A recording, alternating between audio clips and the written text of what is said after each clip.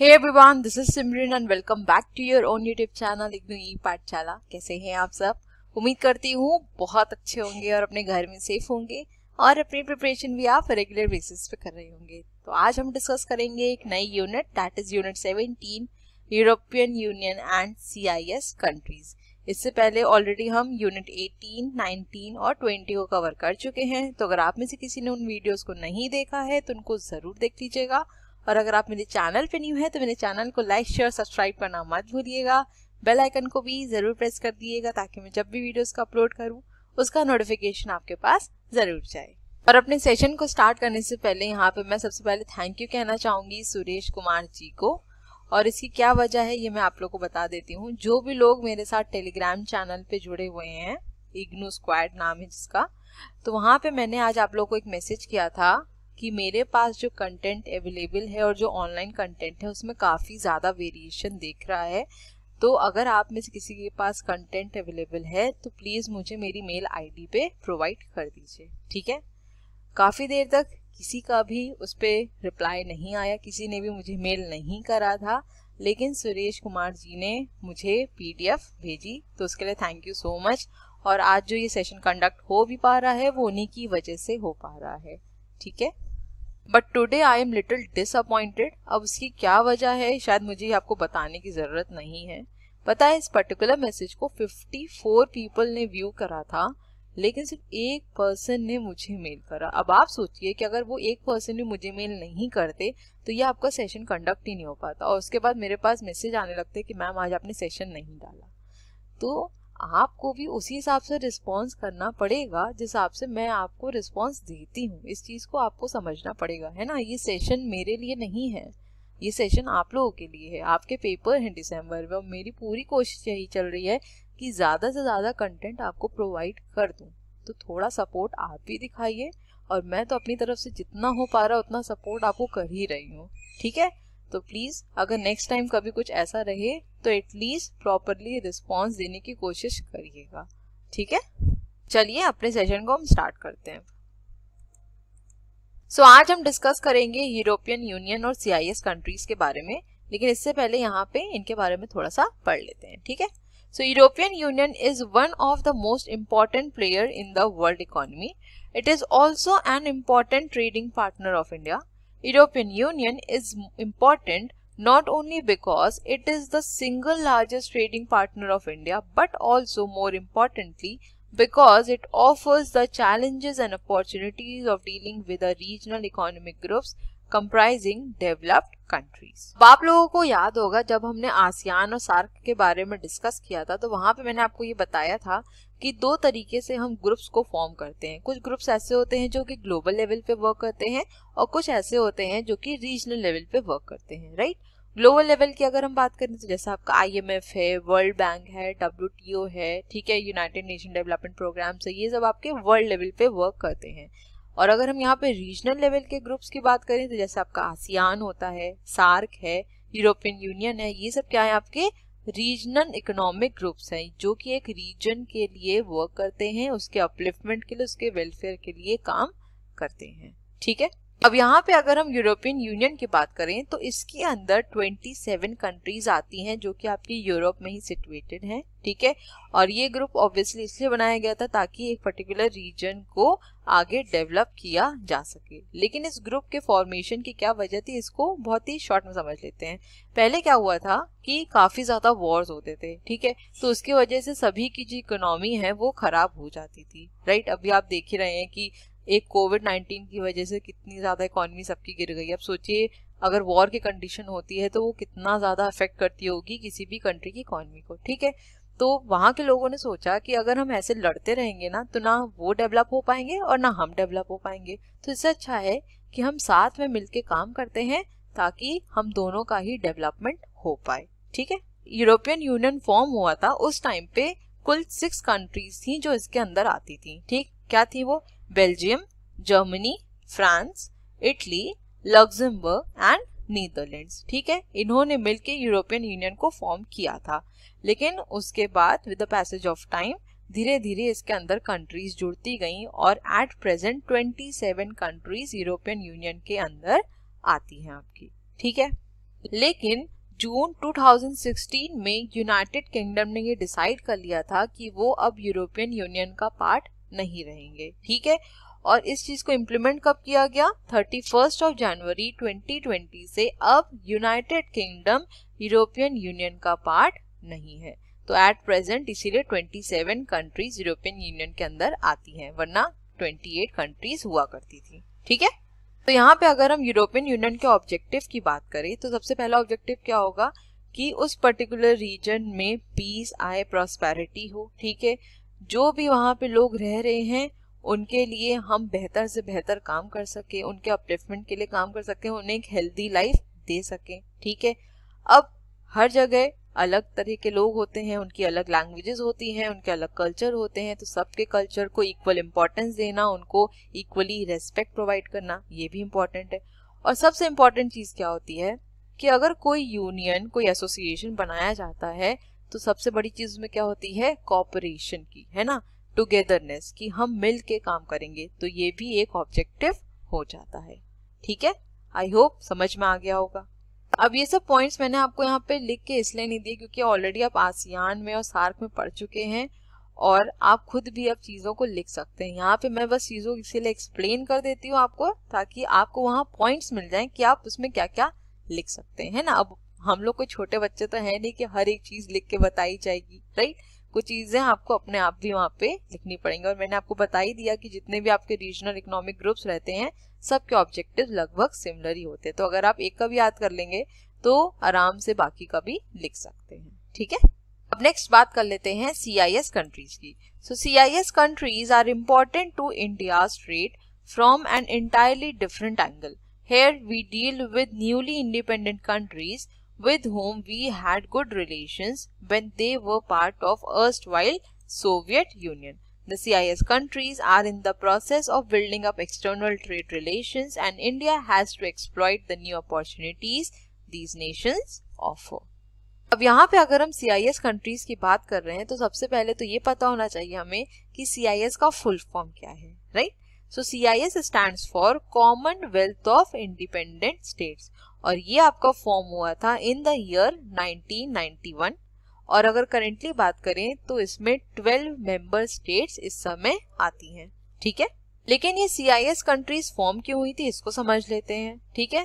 जितनी भी कंट्रीज आपकी CIS के अंदर आती हैं इस समय वो पहले सोवियत यूनियन का पार्ट थी जिसको हम USSR कहते थे, लेकिन सोवियत यूनियन डिसॉल्व हो गई थी, आप सबको पता है। तो इसके डिसोल्यूशन के बाद जो कंट्रीज बच गई थी उन्होंने अपना एक कह सकते हैं ग्रुप फॉर्म कर लिया और उसको नाम दिया था CIS कंट्रीज। तो आज ये CIS कंट्रीज वर्क करती हैं और इंडिया के साथ आगे ट्रेड को बढ़ाने की कोशिश कर रहे हैं क्योंकि ये एक नया कह सकते हैं ग्रुप है। तो यहाँ पे इंडिया के लिए अपॉर्चुनिटीज भी काफी ज्यादा हैं। तो इंडिया अगर जितना ज्यादा इनके अपॉर्चुनिटीज को ग्रैब करेगा, जितना ज्यादा एक्सप्लॉइट करने की कोशिश करेगा, उतना ज्यादा आगे बढ़ेगा क्योंकि इनके साथ अगर रिलेशंस अच्छे होंगे तो ऑब्वियसली बात है कि हमारा ट्रेड भी आगे बढ़ेगा, ठीक है। सो आई होप यहाँ तक चीजें समझ में आई होंगी कि यूरोपियन यूनियन किस तरह से फॉर्म हुआ था और CIS कंट्रीज किस तरह से फॉर्म हुआ था और इंडिया के अब ट्रेड रिलेशंस कैसे हैं इन कंट्रीज के साथ, इसको आगे डिस्कस करेंगे, ठीक है। चलिए चलते हैं नेक्स्ट स्लाइड की तरफ। बात कर लेते हैं यूरोपियन यूनियन इंडिया ट्रेड की। India is not a significant trade partner of the European union. India's share in extra EU imports has been less than 1.5% during the 90s. However, it can be safely maintained that India's share in extra EU imports has been less than 2%. It will also be noted that even if EU imports from ACP countries are excluded, India still remains a minor supplier to EU. तो अगर हम यहाँ पे European union और India के trade relations की बात करें तो वो इतना ज़्यादा अच्छा नहीं था। हम एक सिग्निफिकेंट रोल नहीं प्ले कर रहे थे। एक तरह से अगर सिंपल शब्दों में कहूँ तो हमारी जो एग्जिस्टेंस थी वो नेग्लिजिबल ही थी, राइट। और अगर हम यहाँ पे इंडिया की शेयर की बात करें तो एक्स्ट्रा EU इम्पोर्ट्स में इंडिया का जो शेयर था वो 1.5% से भी कम था। अब यहाँ पे ये समझ लेते हैं कि ये एक्स्ट्रा EU इम्पोर्ट्स का मतलब क्या हुआ। इसको इस तरह से समझिए कि यूरोपियन यूनियन जो भी प्रोडक्ट्स को इंपोर्ट करता था, जो कि मेन प्रोडक्ट्स थे, वो किसी और कंट्री से करता था, लेकिन जो कहते हैं ना एक्स्ट्रा प्रोडक्ट्स हैं या फिर जो ऐसे प्रोडक्ट्स जिनकी हमको ज़्यादा रिक्वायरमेंट नहीं होती है, तो ऐसे प्रोडक्ट्स को जो इंपोर्ट करता था वो इंडिया से करता था, और उसमें भी जो इंडिया का शेयर था वो 1.5% से कम था। ठीक है, अगर हम इसको इस तरीके से कंपेयर करें, कोई बुरा नहीं मानेगा, सबसे पहले बता रही हूँ, इंडियन जैसे क्रिकेट टीम है, कोई भी क्रिकेट टीम लेते हैं, ठीक है, उसमें 11 प्लेयर्स होते हैं जो खेलते हैं, ठीक, लेकिन आप देखते हैं ना कि एक्स्ट्रा प्लेयर्स भी रखे जाते हैं, क्यों? ताकि अगर कोई इंजरी हो जाए, कुछ दिक्कत हो जाए, तो वो उनकी जगह खेल सके, है ना। तो यहाँ पे भी इंडिया की ऐसी ही सिचुएशन थी कि जो मेन कंट्रीज थी वो तो एक्सपोर्ट करती थी और यूं उनसे इम्पोर्ट्स भी लेता था, लेकिन जो हमारा शेयर था वो बहुत ही नेग्लिजिबल था। ठीक है, अब यहाँ पे लास्ट लाइन क्या कह रहा है, it will also be noted that even if EU imports from ACP countries are excluded, India still remains a minor supplier to EU। मतलब कि अगर ACP कंट्रीज से जो भी इम्पोर्ट्स होते हैं अगर उन्हें भी हटा दिया जाए, तब भी इंडिया का जो शेयर है वो कहीं ना कहीं कम रहेगा। इंडिया जो भी प्रोडक्ट्स को सप्लाई करता था उसका जो रेशियो है, उसका जो शेयर है, वो फिर भी कम रहेगा। ठीक है, अब थोड़ा सा समझ लेते हैं कि ये ACP कंट्रीज हैं क्या। ठीक है, सबसे पहले नोट कर लीजिए कि ACP कंट्रीज में ACP का फुल फॉर्म क्या है। ठीक है, सो ACP stands for African, Caribbean and Pacific group of states. ये पर्टिकुलर ऑर्गेनाइजेशन बनाया गया था जिसके अंदर आपकी 79 African, Caribbean and Pacific states आती हैं। ठीक है, तो ये भी जो आपका ऑर्गेनाइजेशन फॉर्म हुआ था ACP कंट्रीज, ये भी आपका एक रीजनल ग्रुप था जो कि पर्टिकुलर रीजन के लिए काम कर रहा था। ठीक है, तो यहाँ पे सिर्फ इतनी सी बात बोली गई है कि अगर ACP कंट्रीज के जो भी इम्पोर्ट्स हैं, जो मतलब जो इम्पोर्ट करती थी वो EU को, अगर हम उसको भी एक्सक्लूड कर देते हैं, तब भी इंडिया का जो शेयर है बहुत ही कम रहेगा। इंडिया उसमें तब भी माइनर सप्लायर की तरह ही रह जाएगा। ठीक है, इतना समझ में आ गया होगा I hope. India's status as a market for EU products is no better, with the share of India's in extra EU exports not exceeding 1.6%. Among non-ACP countries also, India is not a major market for EU products. तो अब आपको समझ में आ गया होगा कि India के जो ट्रेड रिलेशंस थे वो EU के साथ इतने ज़्यादा अच्छे नहीं थे।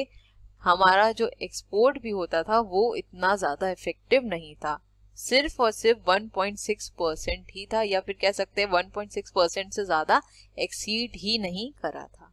ठीक है, EU on the other hand is a major trading partner as far as India is concern. भले हम इतने अच्छे ट्रेडिंग पार्टनर नहीं बन पाए या हम उतना अच्छा ट्रेड नहीं परफॉर्म कर रहे थे, इतना ज्यादा प्रोडक्ट हमारे एक्सपोर्ट नहीं हो रहे थे EU कंट्रीज में, लेकिन EU हमारे लिए काफी ज्यादा बेनिफिशियल था। वो एक मेजर ट्रेडिंग पार्टनर का रोल प्ले कर रहा था। ठीक है, the European union countries account for slightly more than 1/4 of India's global exports and imports. Among the EU countries, UK, Germany, Belgium, Italy, France, Netherlands, Ireland and Spain are the major markets in that order for Indian products, while the major suppliers have been UK, Belgium, Germany, Italy, France and Netherlands, while understandably Luxembourg is the least important market and supplier. तो हमारा जो share था EU trade में वो बहुत ही कम था, negligible था, लेकिन जो हमारी मार्केट थी जहाँ पे हम प्रोडक्ट्स को एक्सपोर्ट करते थे वो कौन सी कंट्रीज थी आपकी, जैसे UK है, Germany, Belgium, Italy, France, Netherland, Ireland, Spain, यहाँ पे इंडियन प्रोडक्ट्स को एक्सपोर्ट किया जाता था। और जो प्रोडक्ट्स हम इम्पोर्ट करते थे EU कंट्रीज थे वो कहाँ से आते थे, जैसे आपकी UK है, Belgium, Germany, Italy, France and Netherlands, यहाँ से प्रोडक्ट्स हम इंपोर्ट करते थे। लेकिन यहाँ पे अगर हम लक्समबर्ग की बात करें तो यहाँ की जो मार्केट थी वो इतनी ज़्यादा हमारे लिए इम्पोर्टेंट नहीं थी। ठीक है, सो आई होप आपको यहाँ तक क्लियर हो गया होगा, और आज आपने काफ़ी नई चीज़ें भी पढ़ी है ना, कि यूरोपियन यूनियन किस तरह से फॉर्म हुआ, कितनी कंट्रीज पहले पार्टिसिपेट करी, फिर हमने CIS कंट्रीज के बारे में भी पढ़ा, और अभी मैंने आपको ACP कंट्रीज के बारे में भी बताया। आई होप आपको अच्छा लगा होगा और चीज़ें क्लियर भी हुई होंगी। पहले से पढ़ रखा है तो बहुत अच्छी बात है, और अगर पहली बार पढ़ रहे हैं तो उम्मीद करती हूँ समझ में ज़रूर आ गया होगा। और अगर सेशन अच्छा लग रहा है तो प्लीज़ प्लीज़ प्लीज़ लाइक ज़रूर कर दीजिएगा। चलते हैं अपनी नेक्स्ट स्लाइड की तरफ। अब देख लेते हैं कि किन आइटम्स को यूरोपियन यूनियन एक्सपोर्ट करता है इंडिया में और किन आइटम्स को इंडिया से वो इंपोर्ट करता है, ठीक है। So the main items exported by EU to India are machinery and parts, unworked precious and semi precious stones, iron and steel and articles thereof, optical, measuring, controlling and other scientific instruments, organic chemicals and aircraft and its parts। तो इन products को India import करता है, या इस तरह से कह सकते हैं कि इन प्रोडक्ट्स को यूरोपियन यूनियन इंडिया में एक्सपोर्ट करता है, ठीक है।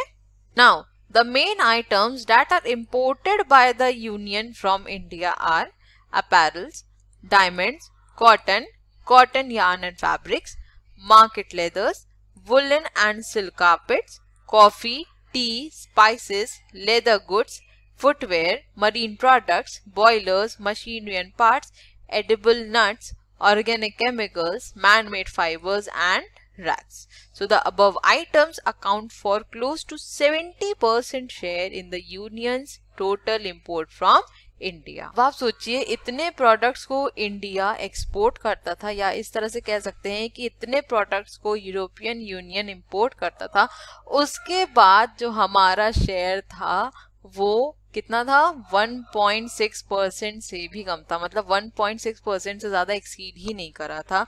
और अगर हम यहाँ पे टोटल आइटम्स को कंसिडर करें तो 70% शेयर बनता है हमारा, उसके बाद भी वो नेग्लिजिबल था। अब आप सोच लीजिए कि कितना ज्यादा ट्रेड होता था, राइट। तो आई होप यहाँ तक क्लियर हो गया होगा। चलते हैं नेक्स्ट स्लाइड की तरफ। नेक्स्ट डिस्कस कर लेते हैं इसके जनरल इम्प्लीकेशंस के बारे में। So the integration process within the union is expected to bring about improvement in the standard of living of the citizens. This would mean increased demand for items, particularly consumer goods, and in sectors in which domestic production in the union does not exist or is inadequate, and in personalized items where the consumer choice plays a major role, shows that EU trade with India imports from outside world are expected to grow. देखिए, जब मैंने starting में आपसे बात करी तो मैंने आपको ये बताया था कि यूरोपियन यूनियन को फॉर्म करने का ऑब्जेक्टिव क्या था कि उस पर्टिकुलर रीजन में पीस आए, प्रॉस्पेरिटी आए, ठीक है, वहाँ के जो लोग हैं रहने वाले उनका लिविंग स्टैंडर्ड बढ़े, ठीक है, वो एक अच्छी लाइफस्टाइल गेन कर सके, है ना। तो यहाँ पे यूरोपियन यूनियन पूरी कोशिश कर रहा था कि जो भी उनके लोग हैं उनका स्टैंडर्ड ऑफ लिविंग इम्प्रूव हो सके, और उसके लिए उन्हें कुछ अच्छे प्रोडक्ट्स की ज़रूरत थी, कुछ कंज्यूमर गुड्स की ज़रूरत थी, जिसके थ्रू वो अपने जो पीपल हैं उनकी डिमांड को फुलफिल कर सके। लेकिन इसके लिए जो उनके पास डोमेस्टिक मार्केट में जो भी प्रोडक्ट्स अवेलेबल थे, वो कह सकते हैं, या फिर जो प्रोडक्शन होता था उनकी डोमेस्टिक मार्केट में, वो इतना एडिक्वेट नहीं था, उतना ज़्यादा पर्सनलाइज नहीं था कि वो हर एक कंज्यूमर की डिमांड को फुलफिल कर सके। तो यहाँ पे एक बहुत बड़ी अपॉर्चुनिटी मिल जाती है इंडिया को और दूसरी अदर कंट्रीज को कि वो अपने ट्रेड को यूरोपियन यूनियन कंट्रीज में बढ़ा सकती हैं, राइट। क्योंकि वहां पे अगर डिमांड वो फुलफिल नहीं कर पा रहे हैं अपनी डोमेस्टिक मार्केट की, तो कहीं ना कहीं से तो उसको फुलफिल करने की कोशिश करेंगे। तो ये कहीं ना कहीं एक अपॉर्चुनिटी क्रिएट हो जाती है इंडिया के लिए, साथ ही दूसरी अदर कंट्रीज के लिए भी, ठीक है। While a more prosperous Europe with the possible further lowering of the levels of protection might mean, on the one hand, greater opportunities for exports, it also means increased competition for Indian products from both within the union and outside on the other.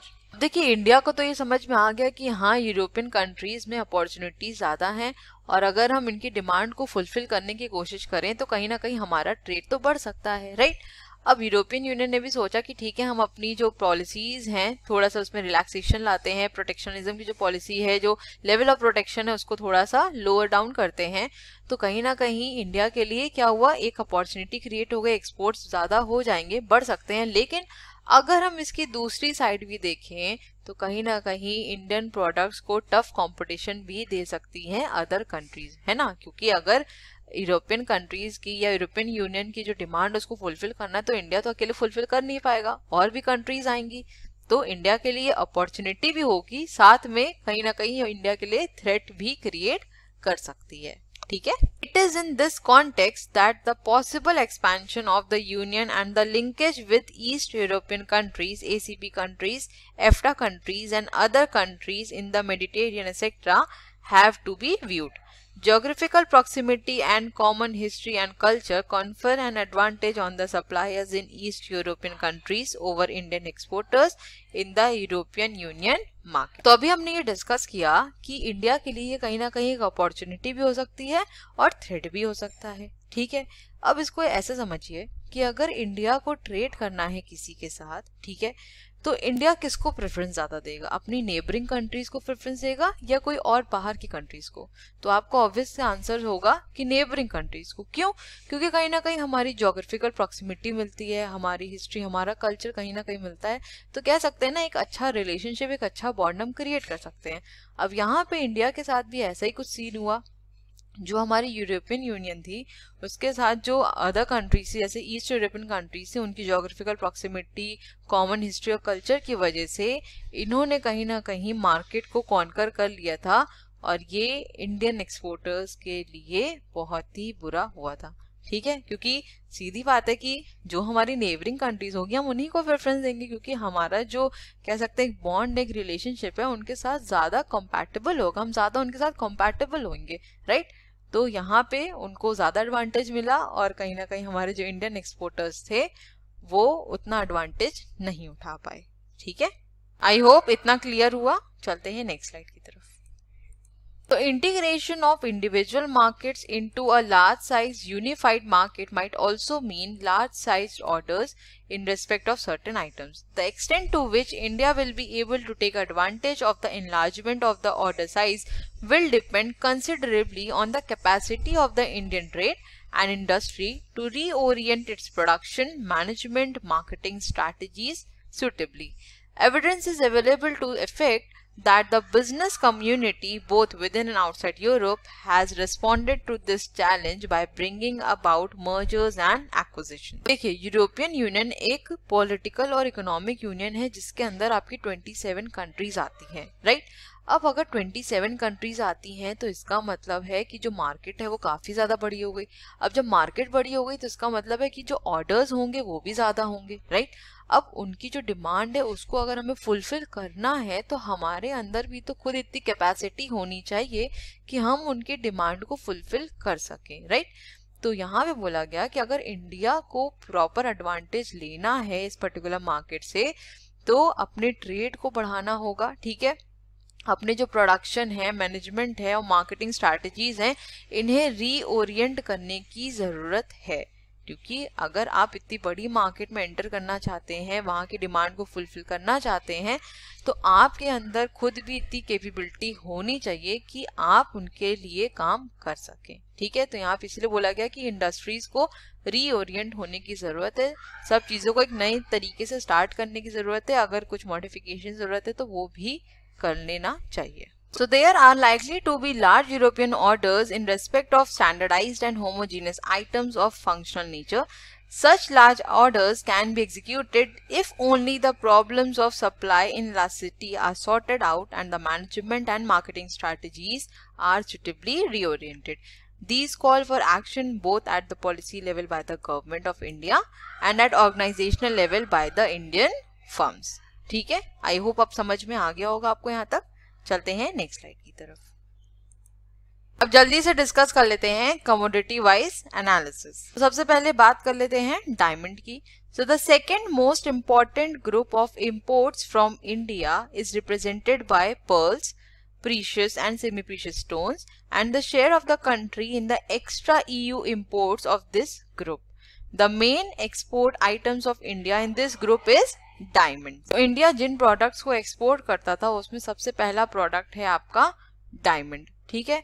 और अगर यहाँ पे diamond की बात करें तो pearls, precious and semi precious stones को EU में एक्सपोर्ट किया जाता था, ठीक। The union is also the major source of supply of raw diamond to India which are processed and re export. देखिए यहाँ पे क्या होता था, जो हमारी यूरोपियन यूनियन है ये रॉ डायमंड इंडिया को सप्लाई करती थी। एक तरह से कह सकते हैं कि इंडिया रॉ डायमंड इंपोर्ट करता था, इसको प्रोसेस करता था और दोबारा जब इनको फिनिश प्रोडक्ट बना लिया जाता था इसके बाद ये यूरोपियन यूनियन को एक्सपोर्ट करते थे, ठीक है।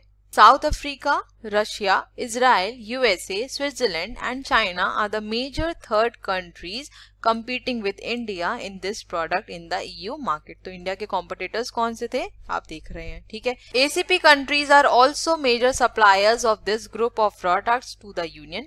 Notwithstanding the severe competition, India's export of diamond to EU are expected to grow due to the rise in disposal income among the European buyers and the skill acquired by Indian craftsmen in processing diamonds. अब यहाँ पे अगर हम बात करें तो south Africa, Russia, Israel, USA, Switzerland and China, ये countries India के साथ compete कर रही थी इस पर्टिकुलर प्रोडक्ट में जो है डायमंड. अब एसीपी कंट्रीज भी सप्लायर थी आपकी डायमंड की, लेकिन ये जो कंपटीशन है इसको सर्वाइव नहीं कर पाई थी, ठीक है. और यहाँ पे इंडियन एक्सपोर्टर्स के लिए चांसेस ज्यादा बन गए थे ट्रेड करने के, ज्यादा ग्रो करने के. और सबसे पहली वजह क्या थी, जो हमारे यूरोपियन बायर्स थे उनकी डिस्पोजेबल इनकम बढ़ गई थी. डिस्पोजेबल इनकम क्या होती है, ऐसी इनकम जिसको हम आगे खर्च करते हैं, सेव करते हैं आफ्टर एक्सक्लूडिंग इनकम टैक्स. मतलब इनकम टैक्स कटने के बाद जो इनकम हमारे पास आती है वो डिस्पोजेबल इनकम होती है. तो ये इनकम उनकी राइज कर गई थी, इसलिए वहां पे डिमांड भी ज्यादा थी, ठीक है. नेक्स्ट जो इम्पोर्टेंट पॉइंट है वो ये है कि जो हमारे इंडियन क्राफ्ट्समैन हैं उनकी जो स्किल्स थी वो बहुत ही ज़्यादा अच्छी थी in comparison to other countries के क्राफ्टमैन की, और इसीलिए हमारे जो डायमंड्स हैं उनको ज़्यादा प्रेफरेंस दी गई थी और इसके थ्रू हमारे एक्सपोर्ट्स भी आगे बढ़ सकते थे, ठीक है. आई होप यहाँ तक क्लियर हुआ होगा. चलते हैं नेक्स्ट स्लाइड की तरफ. नेक्स्ट डिस्कस कर लेते हैं कॉटन एंड मैन्युफैक्चरर्स पे. So European unions import of raw cotton yarn, fabrics from India have declined in terms of value and share in extra EU imports between 1996 and 1998. तो 1996-98 के बीच में जो हमारा शेयर था वो कह सकते हैं रिड्यूस हो गया था. जो भी हम चीज़ों को एक्सपोर्ट कर रहे थे, अगर रॉ कॉटन की बात करें, कॉटन यार्न या फैब्रिक्स की बात करें, तो हमारा शेयर 1996 और 1998 के बीच में रिड्यूस हो गया था. लेकिन while in terms of the value at current price, total imports of EU from third countries have grown during the period. तो इंडिया का तो शेयर कम हो गया था 1996-1998 के बीच में, लेकिन जो अदर कंट्रीज हैं उनका EU के साथ जो ट्रेड था उसके जो प्राइसेस थे वो कहीं ना कहीं आगे इंक्रीज कर रहे थे, ठीक है. तो imports of the manufactured items falling in this group are regulated under the bilateral textile agreement by specific quotas for specific items. अब जो भी आइटम्स को EU इंपोर्ट करता था और वो आइटम्स जो कि आपके मैन्युफैक्चर्ड आइटम्स कहलाते हैं, ये आपके रेगुलेट होते थे under the bilateral textile agreement, और हर एक आइटम के ऊपर अलग कोटा, अलग रिस्ट्रिक्शन लगा रखा था, ठीक है. So the decline in the share of India in extra EU imports of the items belonging to this group indicates perhaps the regulation of raw cotton exports by means of export quotas by India. तो कहीं ना कहीं India ने भी export quotas को लगा रखा था, ठीक. Though the textile industry in the Union is one of the largest in the world, accounting for substantial exports and marginally higher intra-trade than extra EU imports, the decline in its relative share in the global production and employment, coupled with the rise in textile consumption with EU and the concentration of the domestic industry on high valued items, indicate good prospects for Indian items. देखिए जो आपकी European union है ये कह सकते हैं एक तरह से लार्जेस्ट टेक्सटाइल इंडस्ट्री यहाँ पे है, और यहाँ पे एक्सपोर्ट्स के भी इसीलिए चांसेस सबसे ज्यादा बढ़ जाते हैं, ठीक. हालांकि यहाँ पे अगर हम देखें तो इंट्रा ट्रेड ज्यादा रहा है इन कंपैरिजन टू आपका extra EU imports. Intra trade मतलब कि जैसे अगर आप सेम टाइप के प्रोडक्ट्स को इंपोर्ट एक्सपोर्ट करते हैं within a particular region, वो इंट्रा ट्रेड कहलाता है, ठीक है.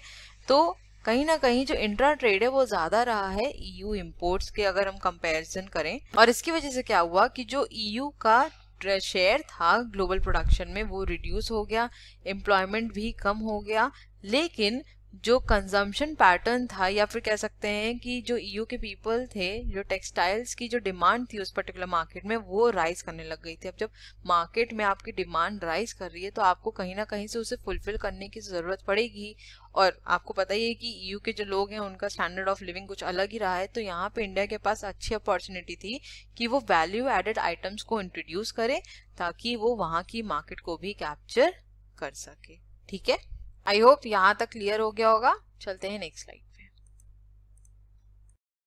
नेक्स्ट डिस्कस कर लेते हैं हम कारपेट्स के बारे में। So India is the major supplier of carpets to EU and it will be noted that among all the product groups imported by EU from India, carpets have the highest share in extra EU imports, and this share has grown during 1996 to 1998, notwithstanding the drop in Union's import from third countries during the period. तो जितने भी अगर हम EU extra imports की बात करें तो उसमें जो सबसे ज्यादा शेयर था वो किसका था? हमारे कारपेट्स का था। ठीक है, जब यहाँ पे कारपेट्स की बात हो ही रही है तो आप लोगों ने एक जगह का नाम सुना होगा, भदोई। हो सकता है आप में से कई लोग वहां से बिलोंग भी करते होंगे। ये उत्तर प्रदेश में पड़ती है, भदोई मिर्जापुर के अंदर आता है शायद। और यहाँ पे कारपेट्स आपको बहुत ही अच्छे मिल सकते हैं। ठीक है, यहाँ पे हैंड नॉटेड कारपेट्स मिलते हैं, मतलब हाथ के बुने हुए कारपेट्स होते हैं और बहुत ही अच्छे होते हैं। मैंने खुद भी यहाँ से परचेज कर रखा है, लेकिन आपको सच बता रही हूँ आज तक उसे यूज नहीं कर पाए हैं। उसकी सिर्फ एक छोटी सी वजह ये है कि लगता है कि वो खराब हो जाएगा। लेकिन सच बता रहे, अगर आपको कारपेट्स खरीदने हैं ना तो आप वहां से जरूर परचेज करना कभी। ठीक है, चलिए कभी कभी इधर उधर की बातें भी कर लेनी चाहिए, राइट। चलो अब चलते हैं अपने टॉपिक की तरफ ही।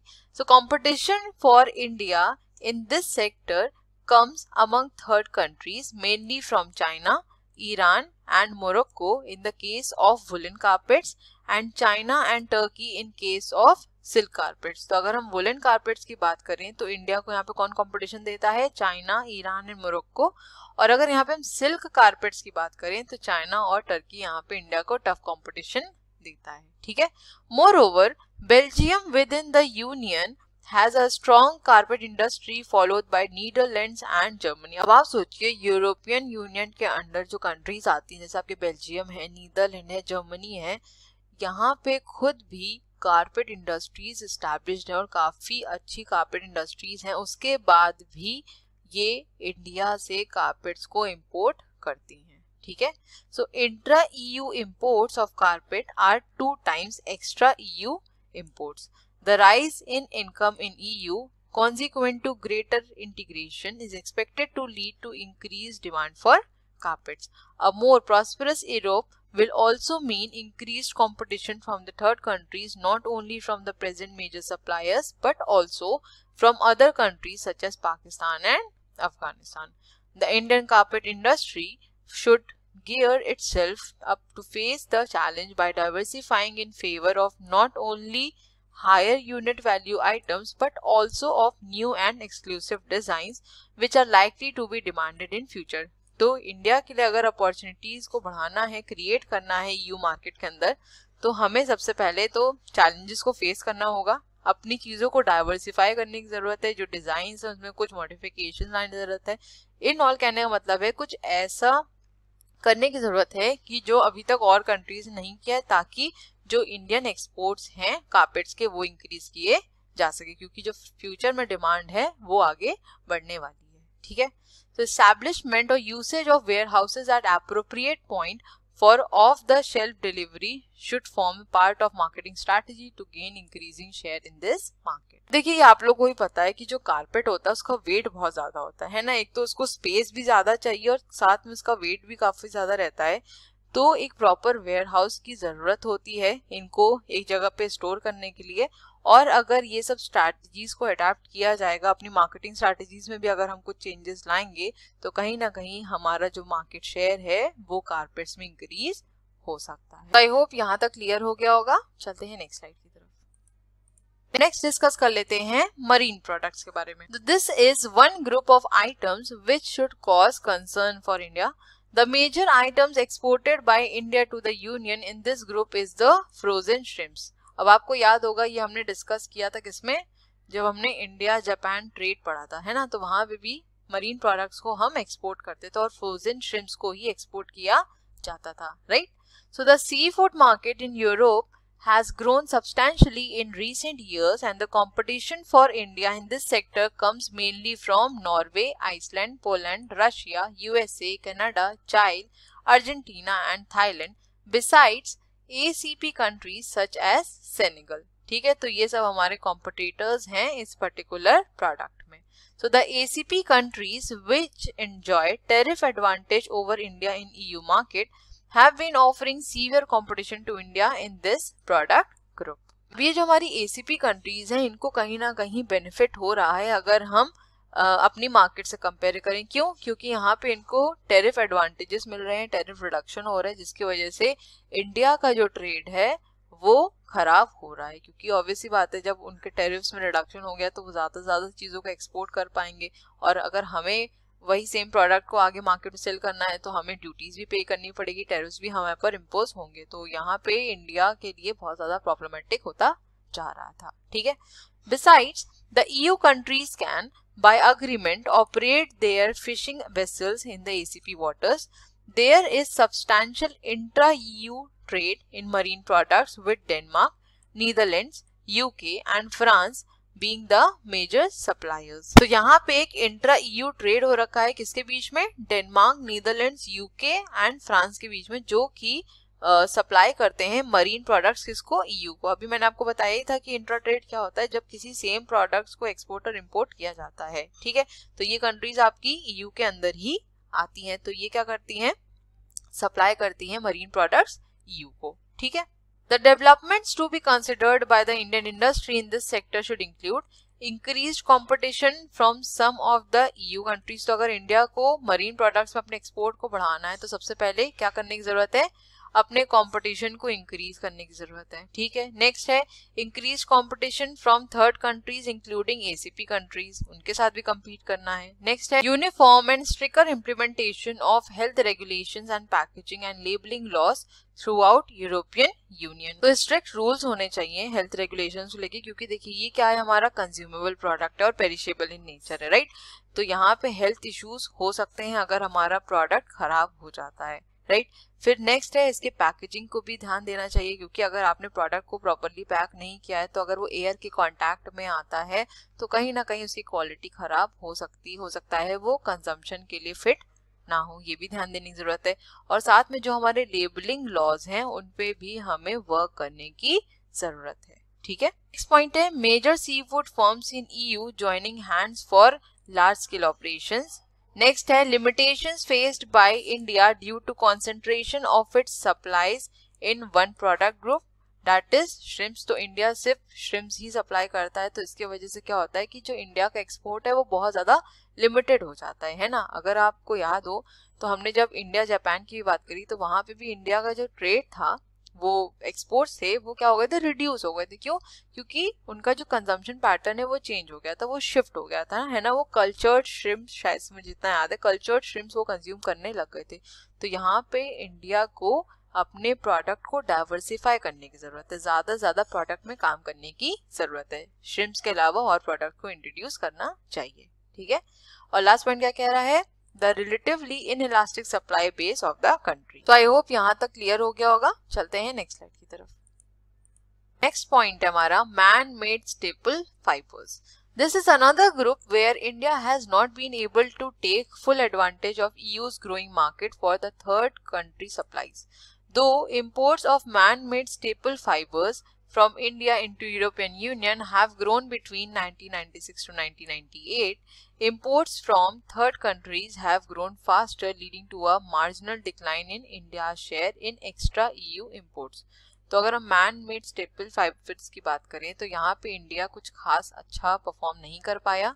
बस एक 1996 और 1998 के बीच में थोड़ा सा हमारा ट्रेड बढ़ा था, ज़्यादा चीज़ों को इंपोर्ट किया था, लेकिन उसके बाद जब थर्ड कंट्रीज पिक्चर में आई तो वो इंडिया को अच्छा खासा कंपटीशन देने लग गई, जिसकी वजह से जो इंडिया का शेयर था वो एक्स्ट्रा EU इंपोर्ट्स में डिक्लाइन करना शुरू हो गया था. ठीक है.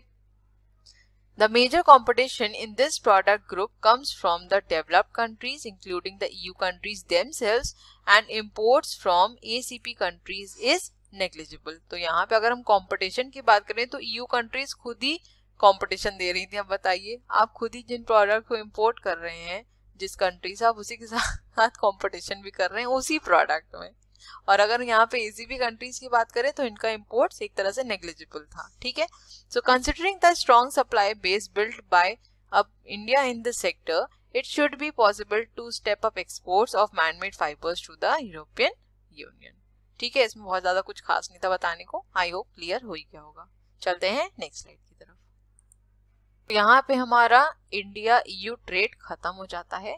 अब डिस्कस करते हैं इसका नेक्स्ट फेज जो कि है इंडिया CIS ट्रेड रिलेशंस. यहाँ पे मैं ऑलरेडी आपको CIS कंट्रीज के बारे में बता चुकी हूँ, तो सीधे इसको डिस्कस कर लेते हैं पहले. ठीक है.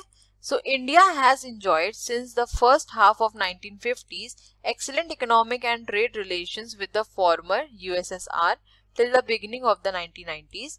Trade between the two countries was conducted under trade and payment agreement concluded from time to time. The agreements provided for balanced trade and bilateral clearing arrangements, and accounts were maintained in non-convertible Indian rupees. Under such an arrangement, not only did India-USSR trade grow substantially, but precious foreign exchange was conserved on both sides, and each country was able to find market difficult to sell items in the other country. The disintegration of the Soviet Union meant end to the system of managed trade and exposure to competitive environment. After reaching a peak during 1990s, India-USSR trade dropped dramatically in the next year. अब इस particular point में basically ये बताया है कि India और USSR के जो ट्रेड रिलेशंस थे वो काफी ज्यादा अच्छे थे. राइट. अगर हम यहाँ पे ट्रेड की बात करें तो सिर्फ हमारा जो ट्रेड है वो धीरे धीरे ग्रो तो कर ही रहा था, साथ में हम फॉरेन एक्सचेंज भी अच्छा अर्न कर रहे थे, उसको प्रॉपरली कंजर्व भी कर पा रहे थे. लेकिन यहाँ पे जो सबसे बड़ी डिफिकल्टी क्या थी वो ये थी दोनों ही कंट्रीज के लिए, चाहे हम इंडिया की बात करें USSR की बात करें, कि वो जो प्रोडक्ट्स सेल करना चाहते थे वो अदर कंट्रीज में सेल नहीं हो रहे थे. तो एक तरह से इसीलिए बॉन्डिंग भी ज्यादा अच्छी बन गई थी कि जो प्रोडक्ट सेल होते थे या एक्सपोर्ट होते थे, इंपोर्ट होते थे, वो इंडिया और USSR के बीच में ही होते रहते थे. ठीक है. After the collapse of the Soviet union and the emergence of the CIS countries, trade relations between India and countries were reworked. Agreements or protocols on trade and economic cooperation have been signed between India and most of the CIS countries. These agreements provide for trade in freely convertible currency, counter trade, barter trade, or any other internationally recognized form of business cooperation, and prescribed clearing mechanism provided for the same. अब देखिए हमने ये starting में ही discuss कर लिया था कि CIS जो कंट्रीज है वो किस तरह से फॉर्म हुई है ना. USSR के डिसोल्यूशन के बाद उसमें से ही जो कंट्रीज थी वो निकल के उन्होंने CIS कंट्रीज एक ऑर्गेनाइजेशन फॉर्म कर लिया था. और USSR के साथ जो ट्रेड था इंडिया का, उसमें सबसे बड़ी दिक्कत क्या थी कि जो हमारी इंडियन करेंसी थी या इंडियन रुपीस थी वो नॉन कन्वर्टेबल इन नेचर थी. लेकिन जब CIS कंट्रीज के साथ इंडिया का ट्रेड शुरू हुआ तो यहाँ पे उस अग्रीमेंट को खत्म कर दिया गया. यहाँ पे बोला गया कि फ्रीली कन्वर्टेबल करेंसी यहाँ पे अलाउड है, मतलब कि हमारी करेंसी को भी इजिली कन्वर्ट किया जा सकता है. ठीक है. साथ में काउंटर ट्रेड, बार्टर ट्रेड, हर फैसिलिटी प्रोवाइड कर दी गई. ऐसा नहीं बोला गया कि अगर आपके पास करेंसी है तो ही आप ट्रेड कर सकते हैं. अगर आप कोई गुड्स के बदले कोई गुड्स दे सकते हैं, कोई गुड्स के बदले गुड्स ले सकते हैं, तो वो सिस्टम भी यहाँ पे प्रोवाइड कर रखा था. इन ऑल कहने का मतलब है कि जो अग्रीमेंट है उसको काफी ज्यादा मॉडिफाई किया गया ताकि ट्रेड को बढ़ाया जा सके. क्योंकि देखिए हर कंट्री के पास इतनी करेंसी नहीं होती है कि वो ट्रेड कर सके, और इसी वजह से क्या होता है वो कंट्री पीछे रह जाती है. तो यहाँ पे इंटरनेशनल मार्केट में इतनी लिबर्टी दी गई कि आप काउंटर ट्रेड या बार्टर ट्रेड के थ्रू भी आगे ट्रेड कर सकते हैं. ठीक है. आई होप यहाँ तक क्लियर हुआ होगा. चलते हैं नेक्स्ट स्लाइड की तरफ.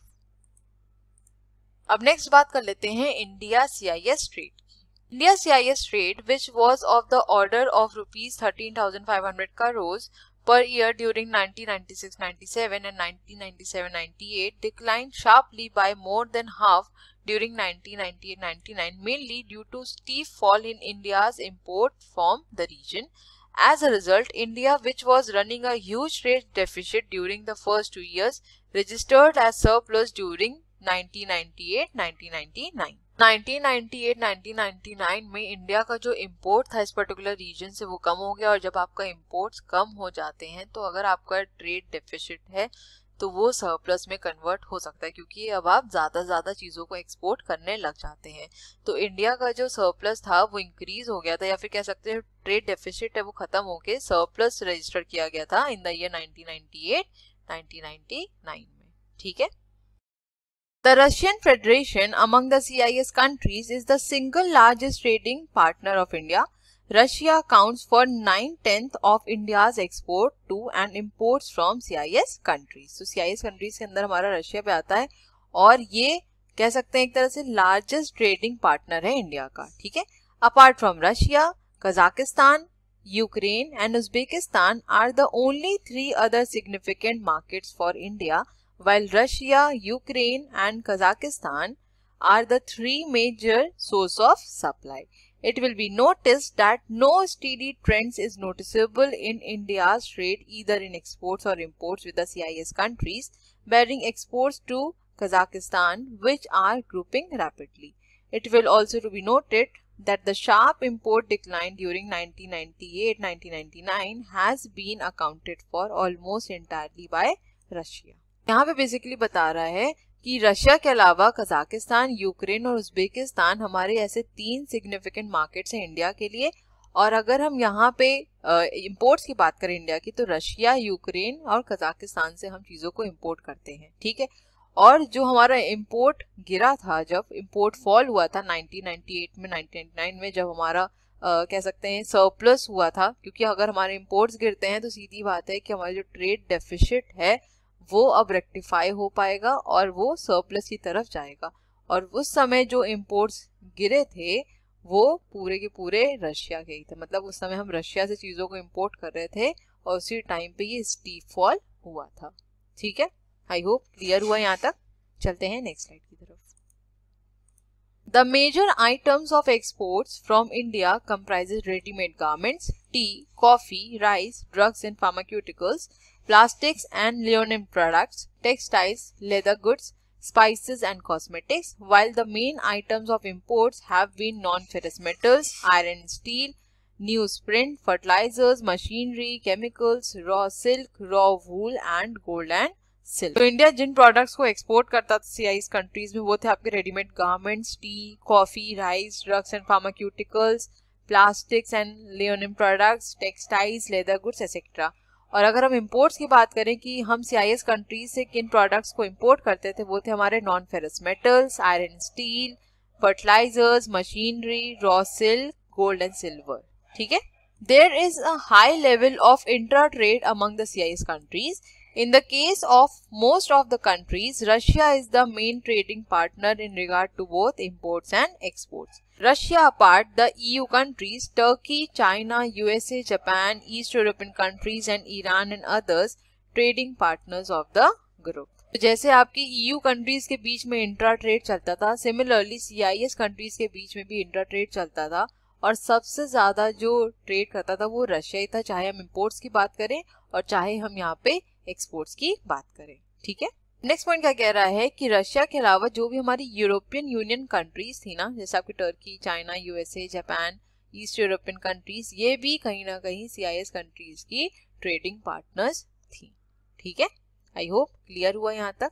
चलते हैं नेक्स्ट स्लाइड की तरफ.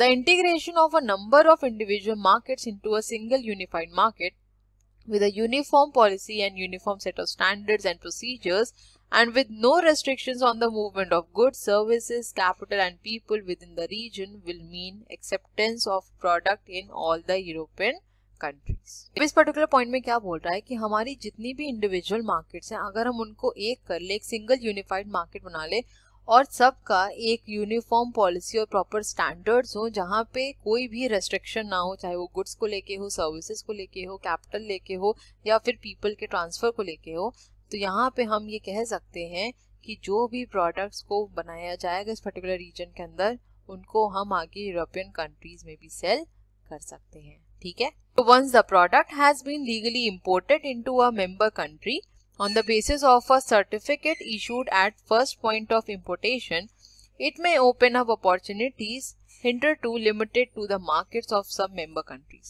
This would also mean, on the negative side, that once a product has been rejected at the first point of importation, it will not be possible to gain entry into any other member nations.